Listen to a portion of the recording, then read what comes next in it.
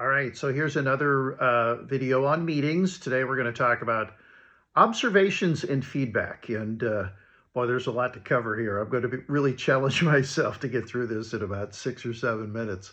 Um, it's a yin and a yang, observations and feedback. It's not one or the other, guys. If you do an observation, you got to give people feedback, and if you do feedback, uh, it should be based on observations. Let me start there because that might need a little bit more explanation. A lot of times when we give feedback, it's generalized.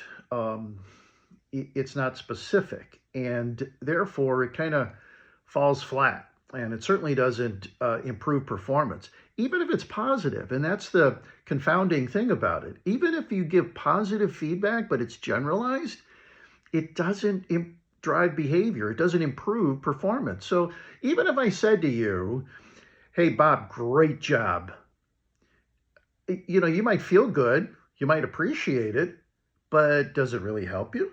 Not really, because you don't know what you did to do a great job. So when we talk about being specific, that's an example of where we should say, "Hey, Bob, great job. I really like how you did this." And man, that question that you asked the member was awesome. I love that. Everybody should ask that question. And walking her to the door, are you kidding, man? That was a great way to wrap it up. So you just gave them three very specific and repeatable behaviors, and so that's really what we're getting at here when we talk about general versus specific behavior. And the key that I really want to implore here is that you can't give it unless you do an observation. And all right, so let's talk about the observation side of it. The Many of you, most of you would tell me, "Oh, I'm observing my people all the time." And you absolutely are, and you should. Okay, that's your job, frankly. Um, but a casual observation or observing bits and pieces as you walk past somebody's desk or overhear a phone conversation or whatever, bits and pieces, yes, that's part of your job, but that's not really what we're talking about here. We're talking about you experiencing almost from beginning to end an interaction with a member, or it's an interaction with a peer or one of their direct reports. Okay, so it's really being intentional about it. My point about observations is not to say don't observe them in those bits and pieces. You need to do that. We call that curbside coaching. There are other names for it, but it is an important part of being a coach and being a leader. And don't ever stop doing that. What we're saying is you need to be deliberate with your observations, and what that entails is blocking out time to say, I'm going to sit down and watch Bob interact with members, or I'm going to watch Susie deliver a team meeting with her staff, or I'm going to watch so and so conduct a one-on-one with one of their salespeople.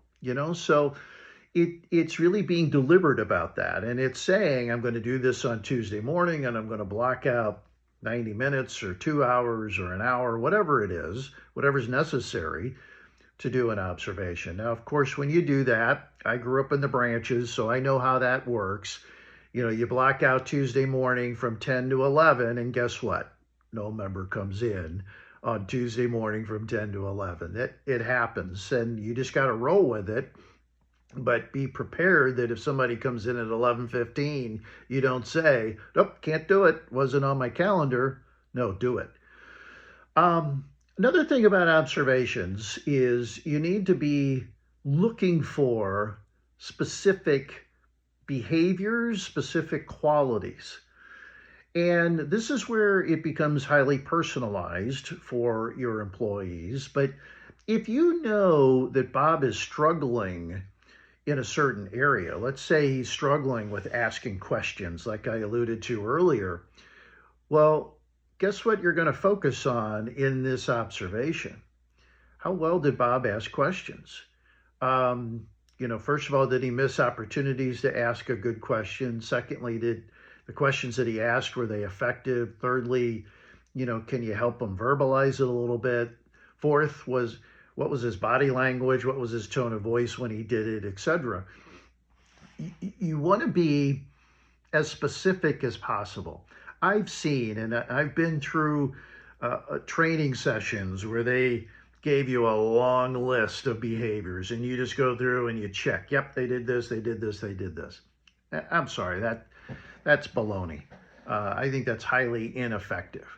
I think as a coach and a leader, you should know your people and say, hey, this is an area that I really want to help Bob get better at. And therefore, that's going to be my primary focus. Now, you're still going to be observant to everything else that Bob says and does, but it's that one, maybe two things that you're going to really hone in on, because if I can just get Bob to be better at asking questions, wow, that's going to really catapult him to the next level. So your observations need to be specific. Your feedback needs to be specific based on those observations. All right, two more things. Number one, this needs to be kind of a two-way street with your employee. So you're not playing a game of catch-ya here, okay? You're trying to help your employee. So collaborate with them. Tell them, hey, I'm going to be doing an observation on you today. Here's what I'm going to be looking for.